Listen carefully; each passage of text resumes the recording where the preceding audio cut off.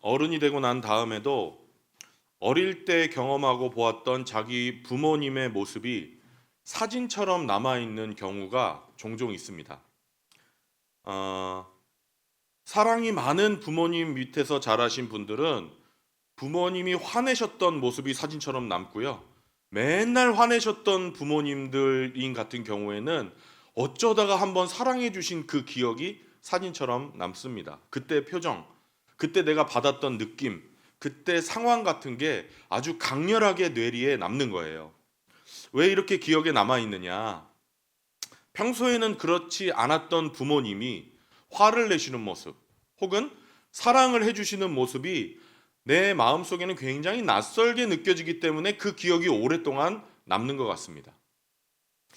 오늘 본문에서도 예수님이 분노하시는 모습이 나옵니다. 여러분, 분노하시는 예수님 어떻게 느껴지십니까? 분노하시는 예수님. 이 장면이 예수님을 믿는 우리에게는 조금 의아하고 낯설게 느껴질 때가 있습니다. 예수님은 사랑이 많으신 주님, 항상 용납하시는 주님, 용서하시는 주님인데, 근데 오늘 그런 주님이 오늘 우리가 읽은 이 요한복음 2장에서는 분노하시고 그냥 속으로만 분노하셨을 뿐만 아니라 말과 행동으로 그 분노를 아주 강하게 표출을 하십니다.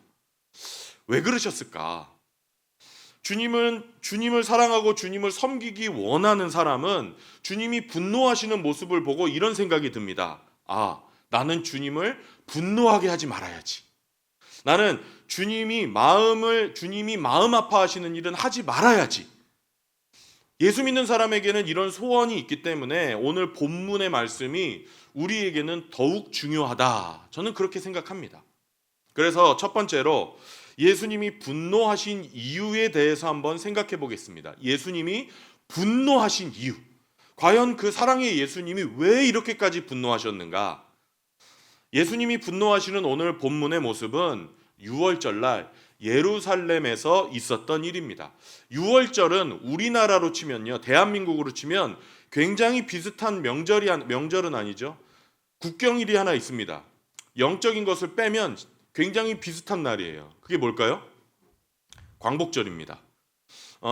우리가 1945년에 일본 제국주의 치하에서 해방됐지 않습니까? 그리고 그것을 기념하는 날이 광복절이죠. 예수님 당시, 그러니까 지금으로부터 2000년 전 예수님 당시 이스라엘 사람들은요, 그때로부터 다시 1500년 전, 그때 이집트에서 해방된 것을 기념하기 위해서 지키던 날이 하나 있었는데 그게 바로 유월절입니다. 신명기 16장에 보면 하나님이 이렇게 말씀하셨어요. 유월절 제사는 네가 살고 있는 성에서 드리지 말고 반드시 예루살렘에 와서 드려야 된다.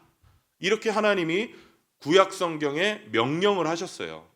그래서 유월절이 되면요, 이스라엘 곳곳에서, 이스라엘뿐만 아니라 유대인들은 전 세계에 흩어져서 상업을 하면서 살았는데 그 당시에도 전 세계에서 다시 유월절이 되면 예루살렘으로 모여들었습니다.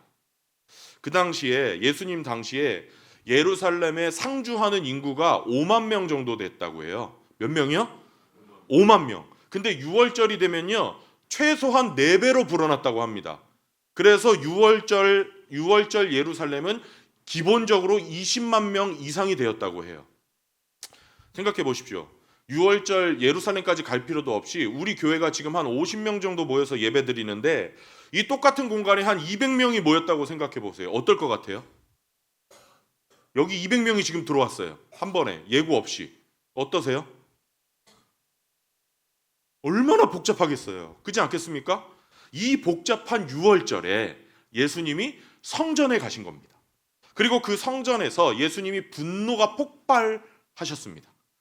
성전에 가보니까 그 성전에서 짐승 파는 사람, 짐승 사는 사람, 돈 바꿔주는 사람, 이런 사람들을 보면서 예수님이 분노하신 겁니다. 하나님이 이스라엘 백성에게 유월절은 반드시 정해진 곳, 다시 말하면 예루살렘 성전에 와서 드려라, 이렇게 명령하시면서 또 한 가지 명령하신 게 있는데 그게 뭐였냐면 너희는 성전에 올 때는 반드시 빈손으로 오지 말아라, 이렇게 명령하셨습니다. 그래서 사람들은요, 유월절에 성전에 갈 때 짐승을 가지고 가서 하나님 앞에 제사를 지냈어요. 성전에서 짐승 파는 사람들이 바로 이렇게 짐승으로 제사를 지낼 수 있도록 그거 원하는 사람에게 팔았던 사람들입니다. 또 이스라엘 사람들 중에서요, 남자인데 19살이 되기 시작하면 1년에 한 번씩 성전에 세금을 내야 됐습니다. 1년에 한 번씩 내는 세금이 얼마였느냐? 반세겔입니다. 이게 얼마인지는 알 필요가 없는데 지금 우리나라로 따지면 한 이틀치 일당 정도 됩니다. 5만 원 아니 뭐 8만 원, 10만 원 된다고 하면은 15만 원, 한 20만 원 정도 되는 돈이라고 할 수 있겠죠. 1년에 한 번 성전에 올 때 반드시 이 세금을 내야 되는 겁니다. 성전세로. 근데 그 당시에 사용하는 화폐가 로마 돈이었습니다. 로마의 식민지였으니까 로마 돈을 썼겠죠. 로마 돈에는 뭐가 있었냐? 지금 발굴되는 그 로마의 돈을 보면 로마의 그 은화, 동전에는 뭐가 새겨져 있죠? 황제의 얼굴이 새겨져 있습니다. 다 보셨군요. 우리나라 화폐에는 누가 새겨져 있죠? 기왕이면 신사임당을 말씀하시지. 그게 더 큰 돈인데. 맞습니다. 세종대왕이 새겨져 있는 거랑 똑같은 거예요. 근데 이 돈은 성전에서는 받을 수가 없잖아요. 왜 못 받느냐? 십계명에 이렇게 돼 있어요. 하나님이 명령하셨어요. 형상을 만들거나 새기지 말아라. 그래서 가만히 보면요, 그리스 로마 문화, 그 문명에는 조각, 그림이 많아요. 그런데 히브리 문명에 보면은 그런 것들이 많이 없습니다. 왜 그러느냐? 우상 숭배가 될까봐 그런 것들을 잘 못 만든 겁니다. 이렇게 철저한 사람들이 황제의 얼굴이 찍혀 있는 돈을 가지고 와서 성전에서 내면 그것을 세금으로 받겠습니까? 그래서 이 사람들이 머리를 썼는데 어떻게 했느냐? 성전에서만 통용되는 화폐를 따로 만든 겁니다. 오늘 본문에 나오는 돈 바꿔주는 사람들이 세계의 여러 나라의 화폐를 가져왔을 때 성전에서만 통용되는 돈으로 바꿔주는 사람들이었어요. 남자들이 성전세를 낼 수 있도록. 자, 그러면 여기까지 설명을 들으시면 하나님의 명령대로 제사를 드리려면 짐승도 팔아야 되고 세금을 내야 된다고 하면 돈도 바꿔줘야 되는데 예수님이 왜 이렇게까지 분노하셨을까? 저는 두 가지 이유가 있다고 생각합니다. 두 가지 이유. 첫 번째는 이방인들에 대한 경멸 때문에 그렇습니다. 유대인들이 이방인들을 경멸한 겁니다. 아주 우습게 생각했어요. 무시했습니다. 짐승을 팔고 돈을 바꿔주던 장소가 성전 안에 어디였느냐? 이방인의 뜰이었습니다. 이방인의 뜰. 자, 성전은요, 건물만 있는 것이 아니라 건물을 감싸고 있는 마당들이 있었어요. 일단 건물 안에서 제일 중요한 부분이 지성소라는 부분입니다. 이 지성소는요, 제사장이 다 들어갈 수 있는 게 아니라 제일 높은 제사장, 하이프리스트, 그 사람이 1년에 딱 한 번만 들어갈 수 있습니다. 근데 잘못 들어가면 거기서 또 죽어요. 제사를 드리다가 죄 지은 채로 들어가면 이 대제사장도 그 자리에서 즉사했습니다. 그래서 어떻게 했느냐? 몸에 밧줄을 묶고 방울을 매달고 들어갔어요. 방울 소리가 들리지 않으면 밖에서 제사장들이 끌어냈습니다. 시체를. 그리고 그 지성소 바깥은 어디냐? 성소입니다. 이 성소에는 제사장들은 들어갈 수 있지만 다른 사람들은 못 들어갑니다. 그리고 이 성소 밖에는 또 뭐가 있었냐면 이스라엘의 뜰이라는 것이 있었습니다. 이스라엘의 뜰은 이스라엘 사람들 중에서 남자만 들어갑니다. 그러면 이스라엘 사람 중에 여자는 못 들어간다는 겁니다. 그리고 또 그 바깥에 뭐가 있었냐? 여인의 뜰이 있었습니다. 성경에 나오거든요. 이 여인의 뜰은 이스라엘 사람 여자들만 들어갑니다. 그리고 맨 바깥에 있는 게 뭐였냐면 바로 이방인의 뜰입니다. 유대인은 아닌데 하나님을 믿는 사람들이 있었거든요. 유대인은 아닌데 하나님에 대해서 알고 싶은 사람들이 있었어요. 그런 사람들이 와서 기도하는 것이 이방인의 뜰이었습니다. 이방인들이 그러니까 와서 기도하고 있는데 유대인들이 거기서 뭐 하고 있는 거죠? 소를 팔고 양을 팔고 염소를 팔고 비둘기는 우리나라 시장터에 닭처럼 막 날아다니고 있는 겁니다. 짐승을 사는 사람은 뭐라고 했겠어요? 파는 사람에게 시장 가면 뭐 하세요? 10,000원이에요 하면 어떻게 하세요? 깎아달라고 난리였겠죠. 아무리 성전이지만 그러지 않았겠어요? 깎자고 하고 파는 사람은 뭐라고 해요? 안 된다고 하고 난리가 났을 겁니다. 주님이 성전에 가서 그걸 보신 거예요. 그리고 주님이 분노하셨습니다. 제가 자주 드리는 말씀 중에 이런 말씀이 있어요. 하나님의 사랑은 낮은 곳으로 흘러서 고이는 사랑이다. 저는 그렇게 믿거든요. 하나님의 사랑은 높은 곳이 아니라 항상 낮은 곳으로 흘러서 고이는 사랑이라고 저는 믿습니다. 그래서 하나님은 유대인이 아니라고 해도 하나님을 믿어보려는 이방인들, 거기 와서 기도하는 신앙생활의 첫걸음을 떼는 이방인들을 매우 귀하게 여기십니다. 하나님이 보실 때는 너무너무나 귀중하고 소중한 사람들인데 유대인들은 이 사람들을 깔봤습니다. 경멸했습니다. 그러지 않으면 하나님께 기도하는 그 자리에 와서 어떻게 감히 짐승을 팔고 돈을 바꿔주는 그런 짓을 할 수 있었겠어요. 예수님이 이것을 딱 보고 이렇게 느끼시면서 분노하시고 진노하셨던 겁니다. 지금도 우리 하나님은요, 새로 믿어보려는 분이나 새로 믿기 시작하는 분들에게 특별한 관심이 있으십니다. 하나님의 사랑이 근본적으로 높은 곳으로 올라가는 사랑이 아니라 낮은 곳으로 흘러서 고이는 사랑이기 때문에 그렇습니다. 그게 하나님의 성품이에요. 신앙생활, 교회생활 오래 했다고 해서 새로 믿어보려는 분, 새로 신앙생활 시작하시는 영적으로 어린 분들을 무시하고 거침돌이 되면은 어떻게 됩니까? 어떻게 돼요? 어떻게 돼요?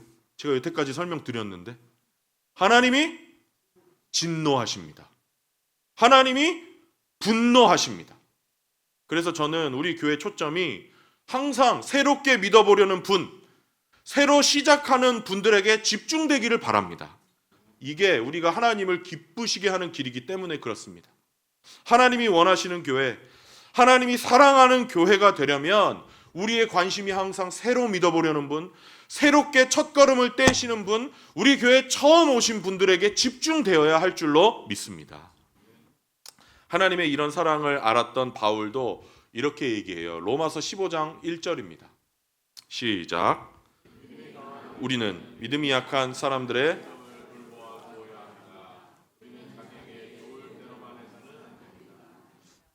할렐루야. 저는 항상 안타까운 게 있었어요. 어릴 때부터 교회들을 보면서 안타까웠던 게 뭐냐면 교회에서 문제가 생기고 파가 생기고 언성이 높아지면 제일 크게 다치는 사람들이 누구예요? 그 교회 목사입니까? 그 교회 장로입니까? 그 교회 유력자입니까? 아니더라고요. 항상 누가 제일 많이 다치느냐? 새로 믿어보려는 분이나 아니면 이제 막 믿기 시작한 분들이 제일 많이 다쳐요. 근데 교회는 그런 것들에 대해서는 싸움이 나기 시작하면 관심이 없더라고요.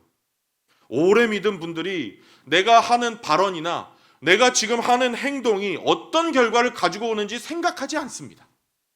믿음이 약한 분들 앞에서 그냥 마음대로 말하고 마음대로 행동합니다. 그때 정말 마음이 아프고 저는 두렵더라고요. 나중에 하나님 앞에서 꾸중 들으면 어떡하려고 그러나? 하나님의 진노를 어떻게 감당하려고 이제 막 새로 믿으시는 분들이 이렇게 있는데 이렇게 교회에 대한 환멸을 심어줄까? 우리 교회가 정말 하나님이 기뻐하시는 교회가 되려면 항상 새로 믿어보려는 분들, 이제 첫걸음을 떼는 분들에게 관심을 집중하기 원합니다. 하나님의 사랑은 낮은 곳으로 고이는 사랑인데 유대인들은 하나님을 믿어보려는 이방인들이 기도하는 곳에서 판을 벌여놓고 장사를 했습니다. 이것이 예수님이 분노하신 첫 번째 이유입니다. 예수님이 분노하신 두 번째 이유가 뭐냐? 종교를 이용해서 착취했기 때문입니다.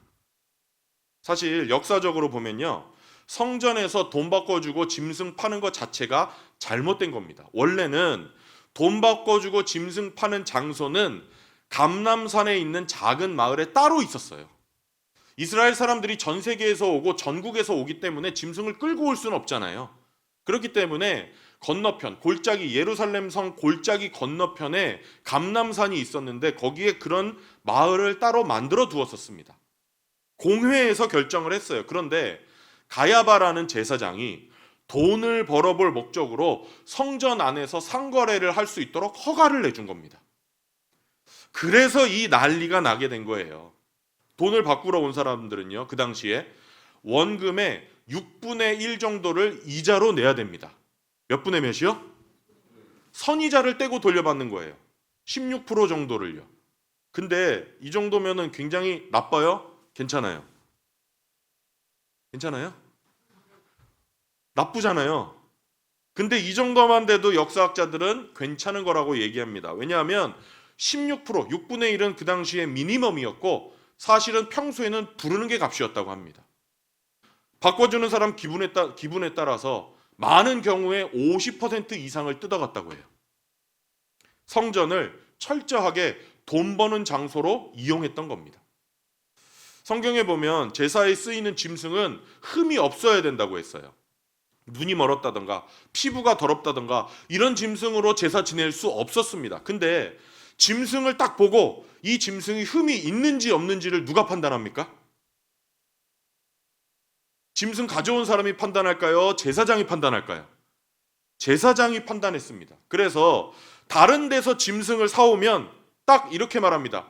이건 안 됩니다. 딱지 놓는 거예요. 왜요? 뭐라고 얘기할까요? 이거는 흠이 있습니다. 아무리 흠이 없어도 그렇게 얘기하면 그만입니다. 애초에 다른 데서 사올 수 없게 만들었던 것입니다. 제일 확실한 거는 거기 가서 사는 수밖에는 없게 만들어 버렸던 거예요. 그래서 억울해도 사람들은 예루살렘 성전에 와서 그 짐승들을 살 수밖에 없었습니다. 이 과정에서 아주 많은 돈을 사람들이 착복당할 수밖에 없었던 것입니다. 제가 오늘 자꾸 말씀드리죠. 하나님의 사랑은 낮은 대로 고이는 사랑입니다. 원래 제사 지내려면 양이나 염소를 잡아서 바쳐야 되는데 가난한 사람들은 양이나 염소를 살 수가 없잖아요. 그래서 하나님은 이렇게 말씀하셨어요. 여유가 없는 사람들은 제사를 지내야 되니까 당신들은 비둘기를 사서라도 제사를 지내십시오. 근데 당시의 기록을 보면요. 제가 깜짝 놀랐는데요. 성전에서 파는 비둘기는 시장에서 파는 비둘기보다 100배 비쌌다고 합니다. 몇 배요? 장사를 해도 이런 장사를 해야 되는데요. 100배요, 100배. 이렇게 하나님을 섬기는 거룩한 성전을 돈을 버는 장소로 쓰는 유대인을 보면서 예수님은 엄청 분노하셨던 것입니다. 하나님은 거룩해야 할 곳을 거룩하게 지키기를 원하십니다. 성전은 하나님을 예배하고 하나님께 배우고 하나님께 기도하는 곳으로 쓰여져야 합니다. 지금 교회도 마찬가지죠. 그런데 자기 이익을 위해서 쓸 때 주님은 분노하셨고 하나님은 지금도 분노하십니다. 교회는 우리 이익의 수단이 되어서는 안 됩니다. 물론 누구나 처음에 교회 올 때는요. 교회에서 얻는 것이 있기 때문에 나옵니다. 내 얘기 들어주기 때문에 나옵니다. 괜찮습니다. 상관없습니다. 그렇지만 정상적으로 교회 생활을 하고 믿음이 자라는 시점이 되면 바뀌죠. 교회가 나에게 뭘 해줄 것인가 생각하지 않고 내가 교회를 위해서 나보다 연약한 지체를 위해서 뭘 할 수 있을까를 생각하게 됩니다. 정상적으로 자라나는 사람들은 내가 목장을 통해서 교회를 통해서 어떻게 목원들을 섬기고 좀 연약한 지체들을 섬길 수 있을까 이렇게 변해갑니다. 우리도 교회에서 항상 내가 받는 거, 얻는 것만 생각한다면 교회를 이익을 얻기 위해서 수단으로 사용했던 당시 예수님의 진노의 대상이었던 사람들과 별로 다를 것이 없다는 사실을 기억해야 됩니다. 사랑하는 여러분, 우리 성숙한 믿음을 갖기를 원합니다. 이제는 교회가 우리 주님을 섬기는 곳, 내가 이웃을 섬기는 곳, 나보다 연약한 지체들을 섬기는 곳이 되기를 원합니다. 그래서 우리 주님 앞에 섰을 때 잘했다 칭찬받는 그런 은혜를 누리기를 원합니다. 둘째로 분노 뒤에 숨은 예수님의 사랑을 잠깐 보겠습니다. 분노 뒤에 숨은 사랑. 예수님이 분노하셨어요. 진노하셨습니다. 이방인들을 무시하는 유대인들의 태도를 보면서 예수님이 화내셨습니다. 장터로 기도하는 곳을 만든 예수님이 유대인들을 보면서 예수님이 화내셨어요. 우리 예수님 우습게 여기시면 안 됩니다. 여러분, 예수님은 사랑의 주님이십니다. 여러분 믿으십니까? 그렇다고 예수님을 우습게 여기시면 안 됩니다. 우리 주님은 사랑의 주님, 용납하시는 주님, 은혜의 주님입니다. 그렇지만 공의로우신 하나님은 노하실 수 있다는 사실을 잊지 마십시오. 여기 보시면 주님이 그렇게 노하시면서도 그 뒤에 사랑이 있다는 게 그래도 느껴집니다. 뭘 보면 알 수 있느냐? 노끈으로 채찍을 만들어서 짐승을 쫓아버리셨지만 그래도 영구적인 손해를 입히지 않으십니다. 15절 16절 읽어볼까요? 시작. 노끈으로 양과 소와 함께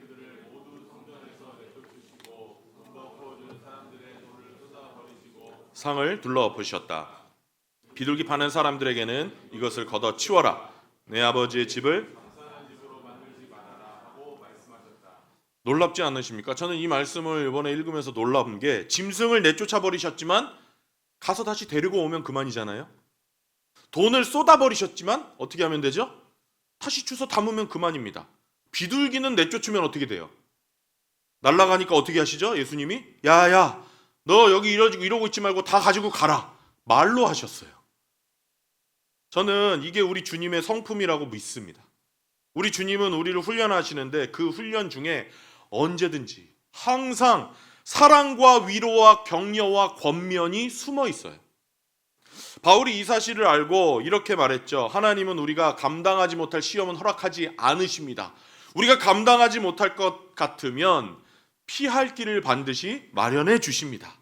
바울이 이 사실을 어떻게 알았을까? 저는 예수님의 성품이 그렇기 때문에 하나님도 그런 분인 것을 알았을 거라고 믿습니다. 마지막 세 번째, 예수님의 성전 정화 사건을 살펴보겠습니다. 성전 정화 사건. 예수님의 진노는 우리가 생각하는 그런 격정을 이기지 못하는 그런 진노가 아니었습니다. 사실 예수님이 진노하신 데는 뚜렷한 목적이 있었습니다. 많은 사람들이 이 사건을 성전 정화 사건이라고 부릅니다. 정화가 뭐죠? 깨끗하게 하는 거죠. 저를 따라서 해보실래요? 성전 정화. 그런데 이 성전 정화를요, 잘못된 신학, 해방 신학에 심취한 사람들은 이렇게 얘기해요. 이 장면은 예수님이 민중편에 서서 지도자들과 가진 자들을 몰아내는 사건입니다. 이렇게 얘기합니다. 예수님이 기득권에 도전하는 혁명가라고 주장하는 거예요. 그거 아닙니다. 왜냐? 예수님 당시에 이방인의 뜰까지 다 합친 성전 전체의 넓이는 지금 운동장만큼 넓었습니다. 굉장히 넓었어요. 근데 그 넓은 땅에서 장사꾼들을 다 몰아내려면 예수님이 군대를 데려와셨을 겁니다. 군대를 데려오셔서 한 번에 몰아내셨을 거예요. 혁명가들은 그렇게 해야죠. 그런데 예수님이 성전 전체에서 다 몰아내시려고 한 것은 아니었다는 것을 우리가 알 수 있습니다. 사실 예수님의 이 성전 정화는 표징입니다. 표징. 지난주에 생각했던 표징 기억하십니까? 표징? 표징 뭐죠? 그 사건 너머에 어떤 교훈이 있는 겁니다. 성전 정화하는 사건을 통해서 예수님이 우리에게 뭔가를 가르쳐주고 싶으셨던 거예요. 뭘 가르쳐주기를 원하셨냐? 두 가지를 가르쳐주고 싶으셨는데요. 첫 번째는 예수님은 메시아이시고 반드시 부활하실 것이다 라는 것을 가르쳐 주신 겁니다. 지난주에 물을 포도주로 만든 사건처럼 예수님은 이 사건을 통해서 예수님 자신이 메시아라는 것을 가르쳐주고 싶으셨습니다. 자, 메시아, 그리스도에 대한 예언은요, 1000년 동안 40명 정도가 구약성경 여기저기서 했었습니다. 마지막으로 예언한 사람이 구약성경 제일 마지막에 나오는 말라기라는 선지자였고요. 말라기 3장에 보면 하나님이 말라기를 통해서 이렇게 예언하셨는데요. 1절부터 4절인데 3절 4절만 읽겠습니다. 3절 4절 시작. 깨끗하게 하는 정령공처럼 자리를 잡고 앉아서 레위 자손을 깨끗하게 할 것이다. 금속 정련공이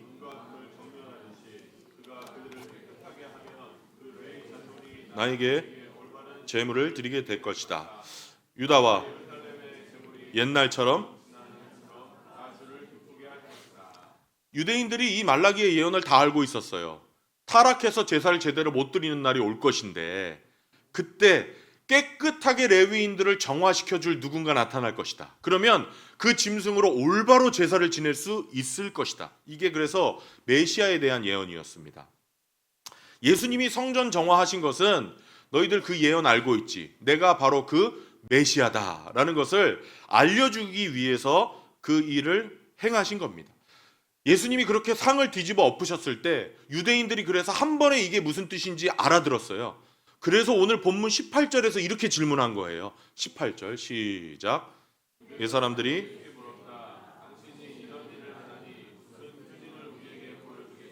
이제 이해가 되십니까? 당신이 구약에 그렇게 말한 메시아라면 우리에게 무슨 표징을 보여줄 수 있겠습니까? 네가 이런 짓거리를 벌인 걸 보니까 구약에서 예언된 메시아라고 말하는 것 같은데, 그럼 네가 메시아라면 우리에게 어떤 표징을 보여줄 수 있느냐? 엘리야처럼 하늘에서 불을 끄집어낼 수 있느냐? 아니면 모세처럼 지팡이를 던졌을 때 뱀으로 변하는 표적을 보여줄 수 있느냐? 그때 예수님이 19절에서 이렇게 대답하십니다. 시작.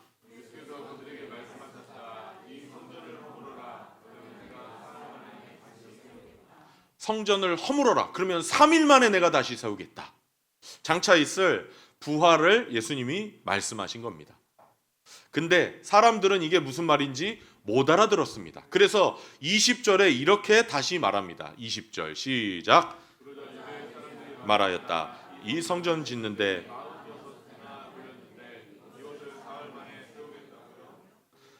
이 성전을 짓는데 46년 걸렸는데 네가 무슨 수로 3일 만에 이걸 다시 짓느냐? 이렇게 되물은 거죠. 예수님이 성전 짓는 얘기를 하신 게 아닙니다. 장차 십자가에서 죽으시고 부활하실 것. 이것이 바로 내가 메시아라는 사인이다. 확실한 표징이다. 이 말씀을 하시는 겁니다. 사실은 유대인들뿐만 아니라 거기 옆에 앉아있던 제자들도 당시에는 이 사실을 몰랐다가 나중에 깨달았어요. 그 이야기가 써있죠. 21절 22절 시작.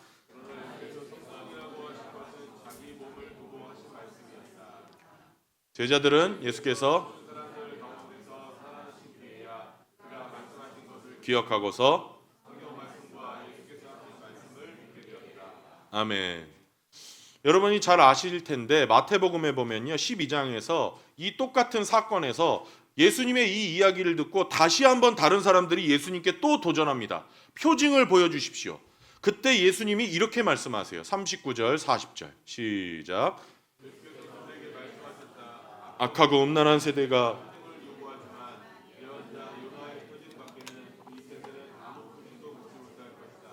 요나가 사흘 낮과 사흘 밤 동안을 인자도 아멘.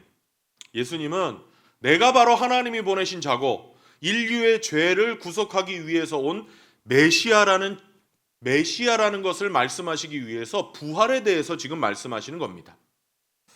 여러분 중에서 아직 믿지는 않지만 궁금해서 믿어보려고 이 자리에 앉아 계신 분들이 있을지 모르겠습니다. 아주 좋습니다. 잘하신 겁니다. 그런 분들은 예수님의 부활 사건에서 한번 시작해 보시기를 바랍니다. 예수 믿는 거요. 그냥 일주일에 한번 교회 가면 마음의 평안을 얻고 삶의 보람을 얻는 그것 때문에 예수 믿는 거 아닙니다. 예수 믿는 것은 더 큰 것을 위해서 믿는 것입니다. 우리는 예수님을 믿는 이유가 영생을 위해서 믿습니다. 사람이 죽고 나면 아무것도 없는 무의 상태로 돌아갑니까? 아니면 환생을 합니까? 아니면 죽은 뒤에 심판이 있습니까? 우리가 그걸 어떻게 알 수 있습니까? 어떤 권위 있는 사람이 말한 것, 산 것에 의지할 수밖에 없는 거 아닙니까? 과학이 증명할 수 있습니까? 근데요, 종교를 만든 모든 사람들 다 죽어서 땅에 묻혔잖아요. 마호메트의 무덤이 마호메트가 죽었다는 사실을 증명하잖아요. 공자의 무덤이 공자의 죽음을 증명하지 않습니까? 석가모니의 무덤이 석가모니의 죽은 것을 증명하잖아요. 그런데 여러분, 예수님의 무덤은 비어 있다는 거 아십니까? 내가 정말 하나님의 아들이고 내가 정말 하나님이 죄를 대속하기 위해서 보낸 자다. 그걸 어떻게 아느냐? 부활 사건을 보아라. 빈 무덤을 보아라. 그것이 바로 내가 너희에게 주는 가장 확실한 표징이다. 예수님이 지금 이렇게 말씀하시는 겁니다. 그리고 2000년이 지난 지금 우리가 예수님을 믿는 믿음의 기초가 바로 예수님의 부활입니다. 예수님의 부활이 있기 때문에 우리는 든든한 근거 위에 서 있을 수 있는 것입니다. 성전을 허물어라. 내가 3일 만에 다시 지을 것이다. 성전 정화의 마지막 두 번째 의미는 지금의 성전은 무너지고 예수님이 새로운 성전을 세우신다는 것입니다. 예수님은 새로운 성전을 세우실 것이다. 따라서 해보십시오. 예수님은 새로운 성전을 세우실 것이다. 이 성전을 허물어라.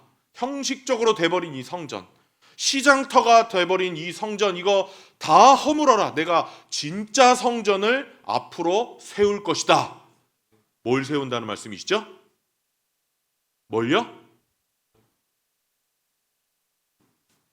잠깐 잠에서 깨시고요. 예수님이 뭘 세우신다는 거예요?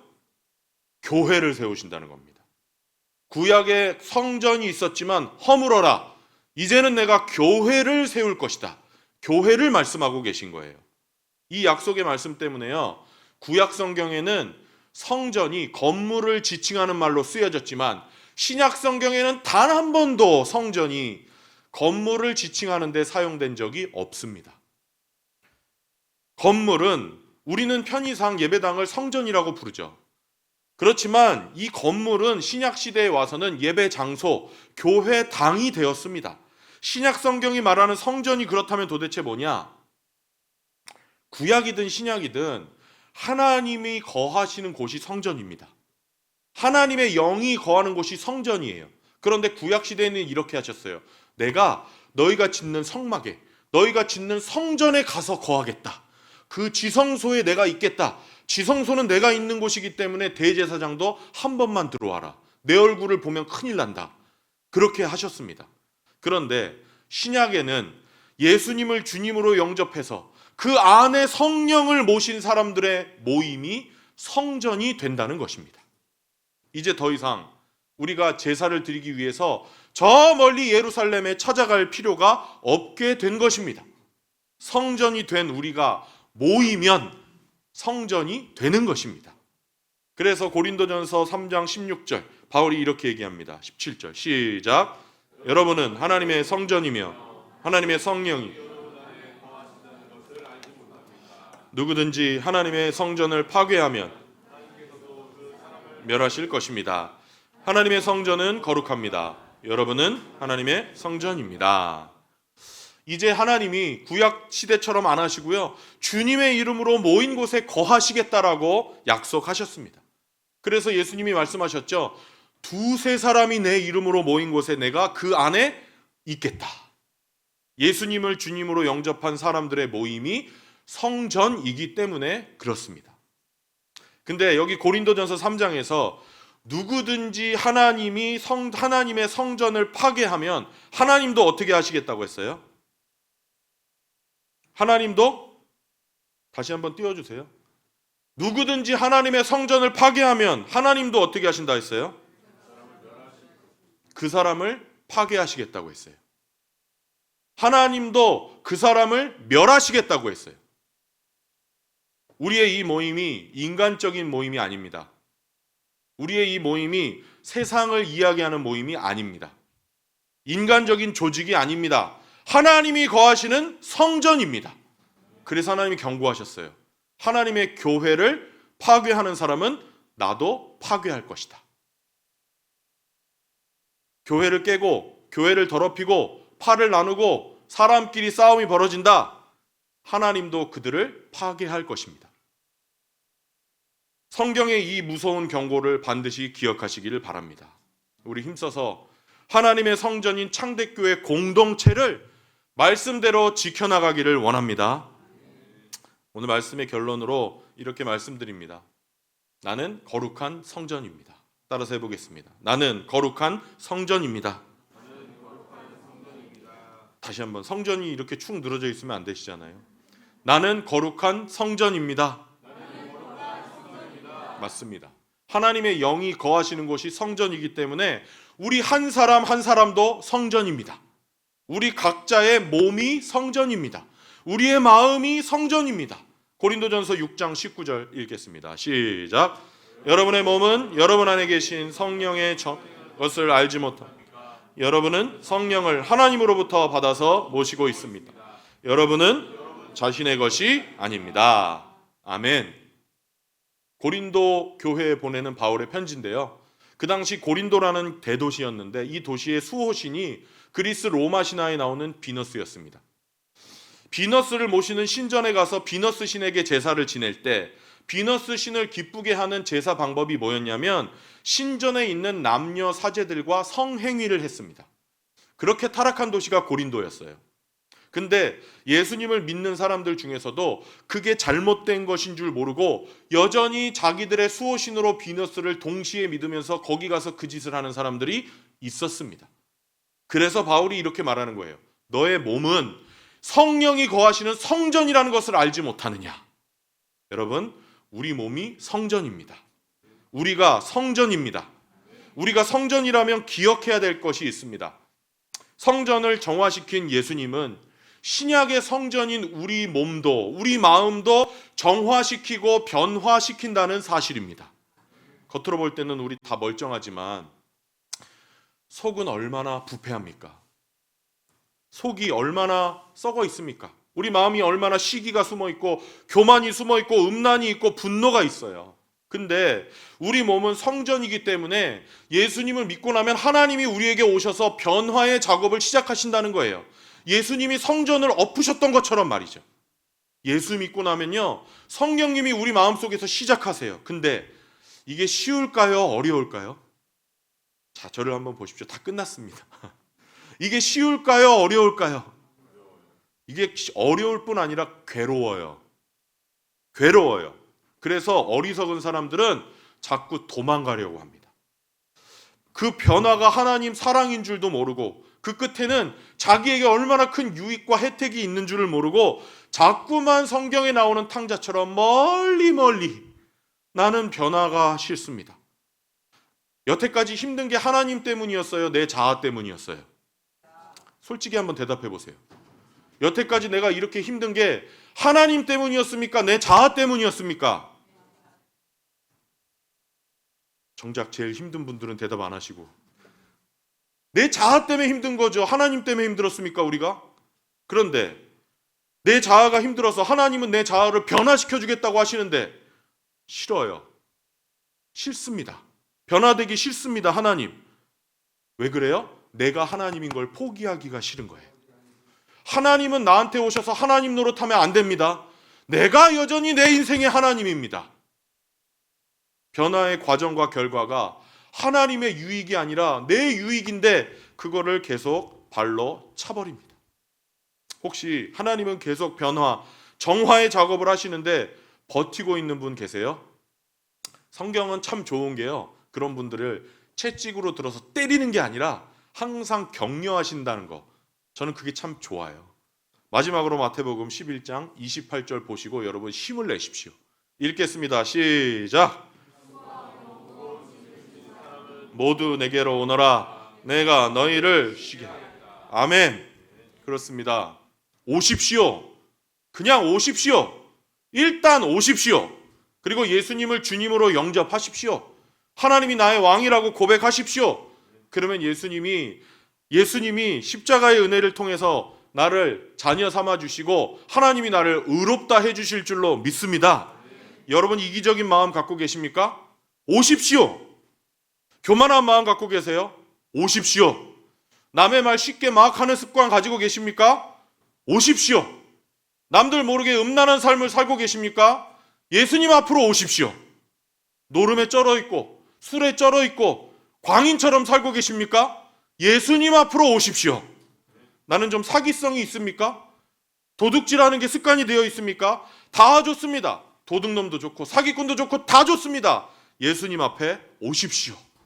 수고하고 무거운 짐을 진 사람들은 다 내게로 오너라. 내가 너희를 쉬게 하겠다. 하나님이 나를 깨끗하게 하는 이 변화의 작업이 나를 힘들게 하는 게 아닙니다. 우리 죄가 본성적으로 악한 나의 자아가 나에게 무거운 짐을 자꾸 져주는 것입니다. 벗어나기를 바라고 벗어나기를 간절히 원하는데도 어쩔 수 없이 우리 계속 죄 가운데 사는 거잖아요.